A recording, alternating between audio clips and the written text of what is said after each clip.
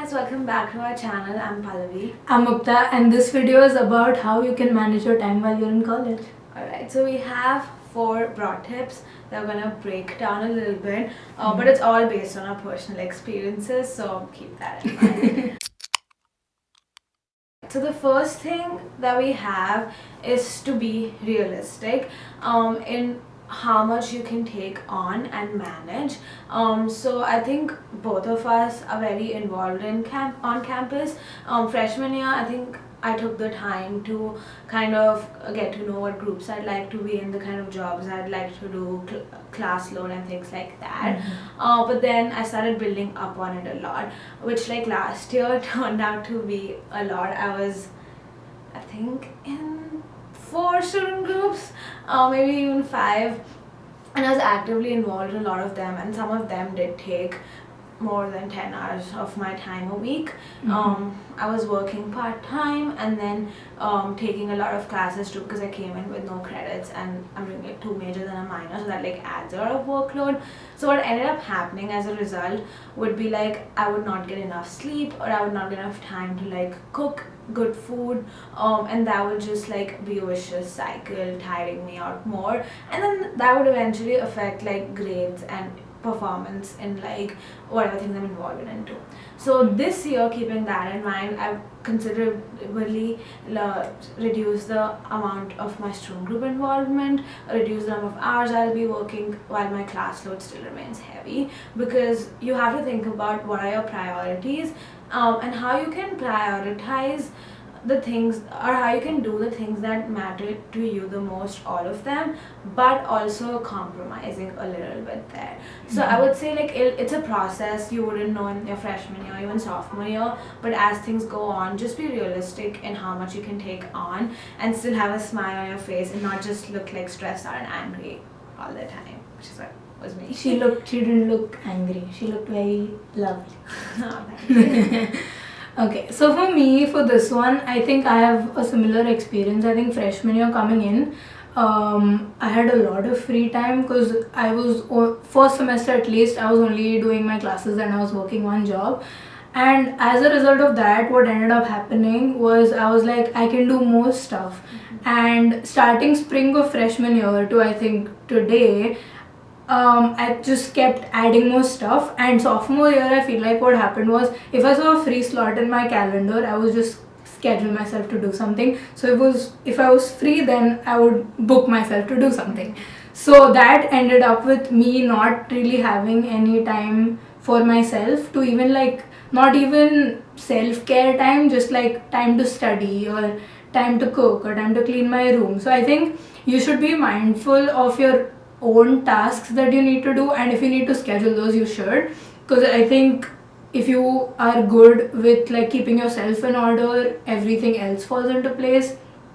And with student group involvement, I think it's very important to see what time commitment the student groups need before you commit to something, because obviously like the dependency is both ways. They depend on you, and like so you are accountable for the stuff you do. So I think it's very holistic. So planning your classes, looking at what your student group involvement is, looking at if you want to apply to grad school in that semester, looking at if you want to apply to jobs. So just be mindful of everything you're doing when you plan your schedule, and not just if you have time free.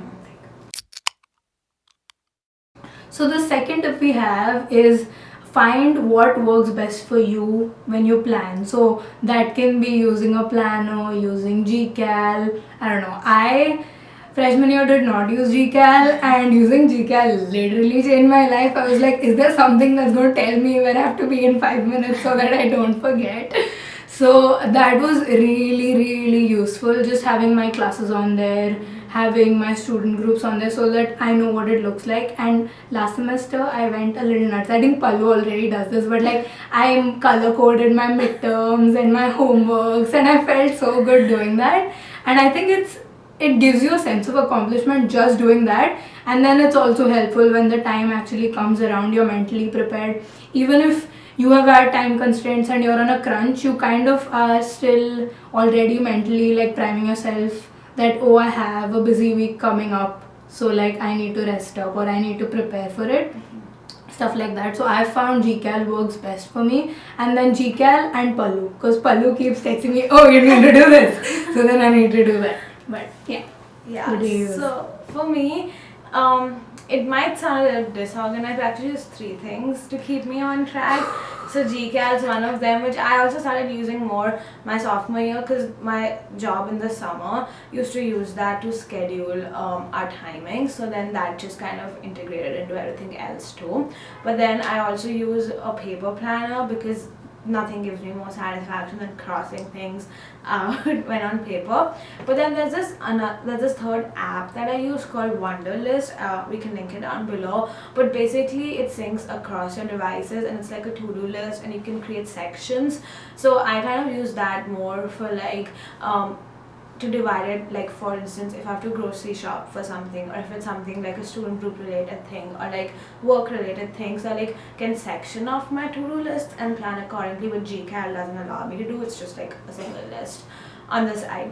But yeah, I like blocking off times for everything on GCal. So like for instance for today it was like, okay, wake up and do this, okay, film for 2 hours, okay, you have to study, cook, eat, watch Netflix. Like everything's in my GCal so that I know when to take me time too. Because what happens is if you just like schedule maybe all your work or school related stuff, it might go over and you may not take your me time. So for me at least it works to schedule that in, just because I'm so like type A in that sense.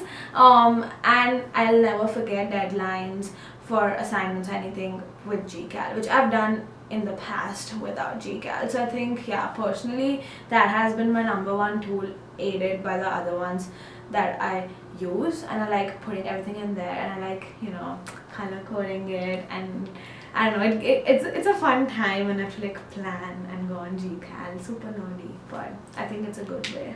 Yeah, I think Pallu, planning is one of her hobbies, and I didn't know what this world was, and she has introduced me to it, and my life is better because of that. So I'm grateful.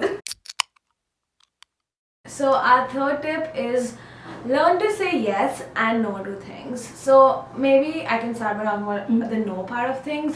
When you get this busy, like as we did in the past few years, or just, you know, having a lot of friends around you, there'll be times when someone will be like, oh, let's go get dinner, oh, let's go to this event, or like just anything that might come up. But it's important to think like, okay, like, can I really do this right now?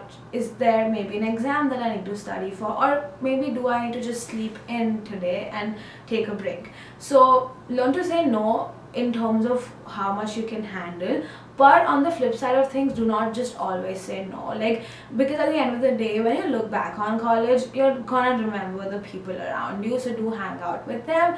So be realistic in how much you can handle. Like for instance, for me, like Sundays, I would probably not hang out with people a lot because that would be like recovery day for the next week. You But hang out with me. yeah, but like Fridays I can't study, so like I'll hang out with people on Fridays a lot and then a little bit on Saturday as well. So that's something like I have thought about to like balance the yes no workload. But I think again it's a process, but something really helpful to do. What do you think? Yeah, I feel the same way, and I have the toughest time saying no to people, especially when it comes to hanging out. I have like major FOMO. Like I have to be there. I wanna, because I love the people I hang out with. So I just want to get all the time I can with them, and especially now going into senior year for us, it's like the last year. So we want to make the most of it, and you don't know when you're going to see these people again, stuff like that. So I think yes, it is still going to be important for me to say no to some social commitments this time, because we're looking into what we want to do in the future and all of that. The whole process is starting now. So I think that is important. But it's also, I feel like it's important to say no sometimes if you have like, I don't know, if you've had a really rough day and you plan to study in the morning but you just don't feel like it. I feel like it's okay to not do it and then plan it for later. Definitely plan it for later, but give yourself breaks, because that is so important. Otherwise you'll just beat yourself up on, I have to do these 10 things and I didn't get these 10 things done. So just go easy on yourself. And for me at least, hanging out with people, relaxes me. So I think sometimes I overlap that with like I don't need as much alone time. I think just being with people relaxes me. So I think that has helped me too. So yeah, that's what I have.